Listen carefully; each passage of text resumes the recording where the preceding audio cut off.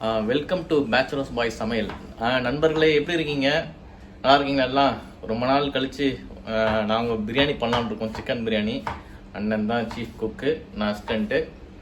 இன்னைக்கு என்ன பண்ண போகிறோன்னு காமிக்கிறேன். நான் பேசிக்காக என்ன தேவைன்னா 1 கிலோ அரிசி கணக்கு வச்சுங்க. 1 கிலோ அரிசினா 1 கிலோ கறி, 300 கிராம் வெங்காயம், 300 கிராம் தக்காளி, 200 ml தயிர். இப்போ இந்த மசாலா அளவு என்னென்னா 5 கிராம் 1 கிலோ கணக்கு. 5 கிராம் கிராம்பு, 5 கிராம் ஏலக்காய், 5 கிராம் பட்டை, 5 கிராம் இலை. சிலர் நிறைய போடுவாங்க, நிறையெல்லாம் போட வேண்டியதில்லை. மிளகு, சீரகம், பட்டை, ஏலக்காய், கிராம்பு, இது 5 மட்டும் ஒரே அளவாக வாங்கி அரைச்சி ஒரு தூளாக வச்சுட்டா ரொம்ப ஈஸி. தாளிக்க வேண்டியது இல்லை, வெறும் இலையை மட்டும் தாளிச்சிக்கலாம். இவ்வளோ தான் தாளிப்புக்குள்ளது. ஒரு கைப்பிடி அளவுக்கு புதினாவும், கைப்பிடி அளவுக்கு கொத்தமல்லி. இவ்வளோ தான் பிரியாணிக்கு. ரொம்ப பிரியாணிக்கு மசாலா ரொம்ப போட்டிங்கன்னா பிரியாணி ஒரே ஒரே ஸ்மெல், ஓவர ஃப்ளேவர் வாசம் பயங்கரமாகிடும். அப்புறம் பிரியாணியை சாப்பிட முடியாது. அதனால் பிரியாணியை அளவாக தான் போடணும். இன்னொன்று, நார்மலாக கரம் மசாலா அரைக்கிறப்பெல்லாம் ஏலக்காய் சேர்த்து கூட அரைக்காதீங்க. பிரியாணிக்கு மட்டும்தான் ஏலக்காய் போடணும். அவ்வளோதான். தாளிக்க ஆரம்பிக்கலாம். தாளிக்க அப்படின்னு வச்சுங்க. நாங்கள் கொஞ்சமாக தான் செய்கிறோம், அதனால நான் கொஞ்சமாக ஊற்றிக்கிறேன். ஒரு 1/2 கிலோ அளவுக்கு தான் கறி இருக்குது. 2 பேருங்கிறதுனால 2 டம்ளர் தான் செய்ய போகிறேன். அது எங்களுக்கு 2 வேலைக்கு வரும். நாங்கள் மந்த்ரா கடலெண்ணெய் யூஸ் பண்ணுறோம். உங்களுக்கு என்ன கடலெண்ணெய் வசதியோ போட்டுங்க. நான் கடலெண்ணெயில் தான் செய்வேன் பிரியாணி. இது இதயம் பிராண்ட். இதயம் மந்த்ரா. ஒரு தோராயமாக ஒரு 50 பேர், ஒரு 70 ml இருக்கும்னு வச்சுக்கோங்க. 50 ml இருக்கும், அவ்வளோதான். அவ்வளோதான். நான் வேறு எதுவும் நெய் எதுவுமே போட மாட்டேன். இவ்வளோ தான் பிரியாணி எண்ணெயே, அவ்வளோதான். நான் நிறைய எண்ணெய் போட்டு செய்ய மாட்டேன்.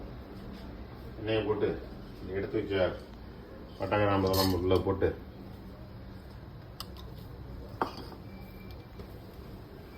அரைஞ்சி விடுவோம்.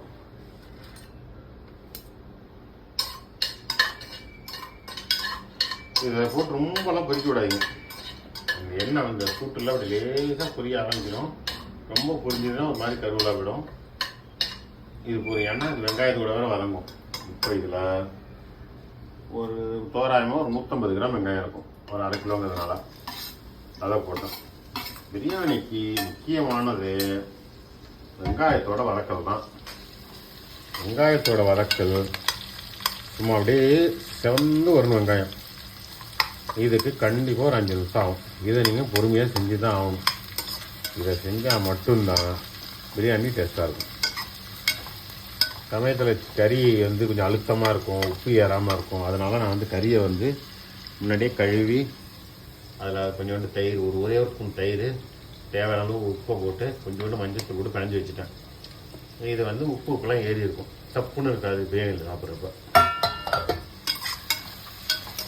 இது ஒரு 5 நிமிஷம் ஆகும். வதங்கணும்னா காட்டும். வெங்காயம் நல்லா வதங்கணும். இந்த அளவுக்கு இந்த ப்ரௌனிஷ் வந்திருக்கணும்.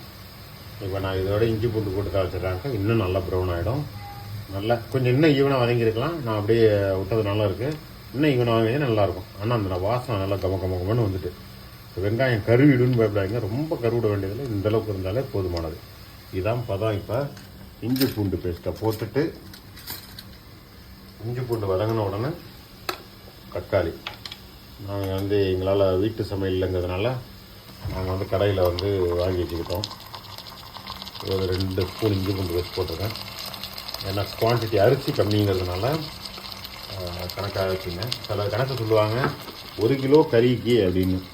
கறிக்கு எப்போதுமே கணக்கு போடாதீங்க. எப்போ கணக்கு போட்டாலும் அரிசி கணக்கு போடுங்க. ஏன்னா நான் இங்கே அரிசி கம்மியாக போட்டு கறிக்கு தகுந்த மாதிரி இஞ்சி பூண்டு வச்சிங்கன்னா சாதம் குழஞ்சிடும். நிறைய பேர் பண்ணுவாங்க, சேனலில் நிறைய வருது. அவங்க சொல்லுவாங்க அளவெல்லாம் கரெக்டாக இருக்கும். ஆனால் அரிசி அளவுக்கு போடுறதா இல்லை கறி அளவுக்கு போடுறதான்னு தெரியாது.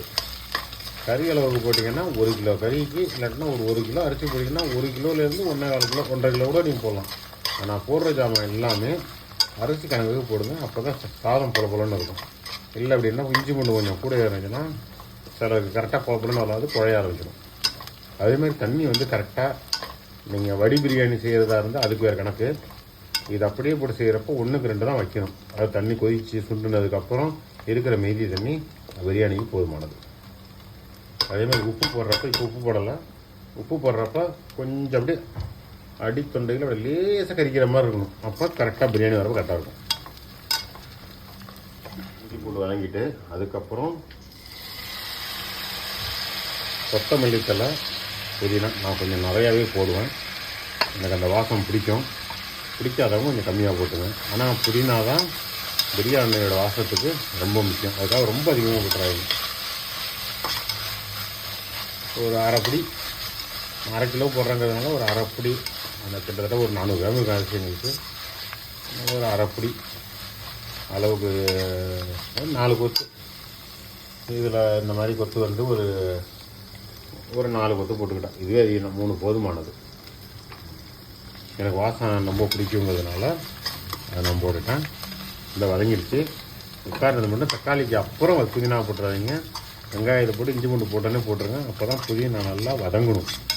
இப்போ தக்காளியை போடுவோம். இதெல்லாம் சேர்ந்து ஒரு பேஸ்ட் மாதிரி வரும். அது வரைக்கும் கொஞ்சம் பொறுமையாக வதக்கணும். அதே மாதிரி கட்டிங் கரெக்டாக இருந்துச்சுன்னா இப்படி ஃபுல்லாக வெட்டியிருக்கோம்ல, இது மாதிரி வெட்டினோம்னா நல்லா வதங்கும். தனித்தனியாக பிரிஞ்சு ஏதாச்சும் பெண்டாரி போடுறாங்க, பெண்டாரின்னு சொல்லுவாங்க எங்கள் ஊரில். உங்கள் ஊரில் என்ன சொல்லுவாங்க தெரியல. இந்த பிரியாணி போடுறவங்கள பார்த்தீங்கன்னா அப்படியே தக்காளி அப்படியே சில்லுலாம் அழகாக ஸ்லைஸாக வெட்டியிருப்பாங்க. அப்போ தான் ஈவனாக வேகும். அப்புறம் பிரியாணிக்கு நம்மளை அறியாமலே ஒரு சுவை இருக்கும், அதை மறந்துடுவோம். ஒரு சின்ன புளிப்பு இருக்கும். அந்த புளிப்பு வரணும் அப்படின்னா அந்த தக்காளி கொடுத்தா தான் புளிப்பு வரும். இல்லை அதுக்கப்புறம் அந்த இன்னொரு வாசத்துக்கு தயிர். பிரியாணிக்கு ஸ்மெல்லை என்ஹான்ஸ் பண்ணுற இன்னொரு பார்ட் வந்து தயிர். அப்படி வதங்கட்டும். இது வதங்கணும்னா நான் ஒன்றும் செய்ய போகிறதில்ல. ஒரே ஒரு 1/2 ஸ்பூன் மிளகாத்தூளை மட்டும் போட்டு ஒரு வதக்கிட்டு சிக்கனை போட்டு கரெக்டாக போகிறேன். சிக்கனை போட்டு ஒரு 5 நிமிஷம் வதக்கிட்டு தண்ணியை ஊற்றி கொதிக்க விட்றேன்.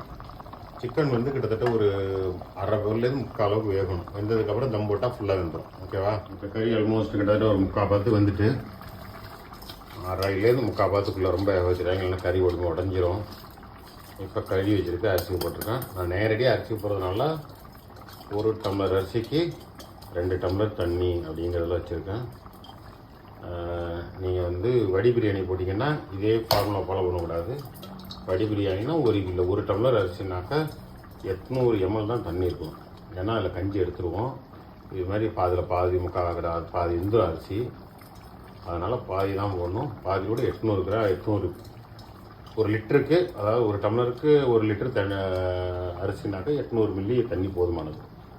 அவ்வளோதான். இந்த அரிசி வெந்து அரிசியும் தண்ணியும் கரெக்டாக வரணும். வர்றப்ப தம் போட்டுடலாம்.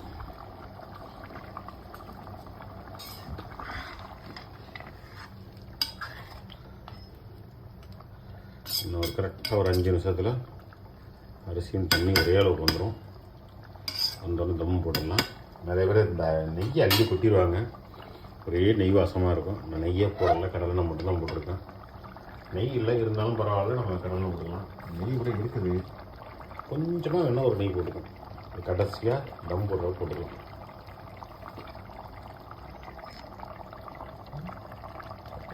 ஆமாம், அவ்வளோதான் போட்டு. இதுதான் தம்மு போடுற பதம். தண்ணி, அரிசி, கறி எல்லாம் அப்படியே ஒரு கரெக்டாக ஒரு இடத்துல வந்து நிற்கும். இது வெந்து முடிக்கிறப்ப அரிசி கொஞ்சம் மேலே வந்திருக்கும். இன்னும் கொஞ்சம் கூட போடலாம்.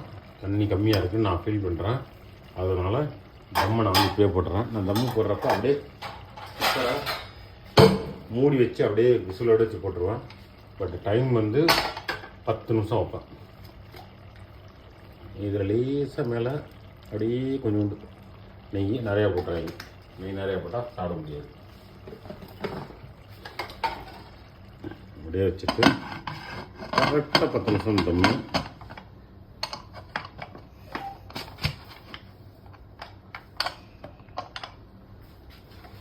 தம் வச்ச உடனே தீய ஹையில் வந்து ஒரு 30 செகண்ட் வச்சா குக்கரில் வந்து கேஸ் லாக் ஆகிடும். கேஸ் லாக் ஆனதுக்கப்புறம் அப்படி தம் வந்து டைட்டாக போட்டுற வேண்டியதான்.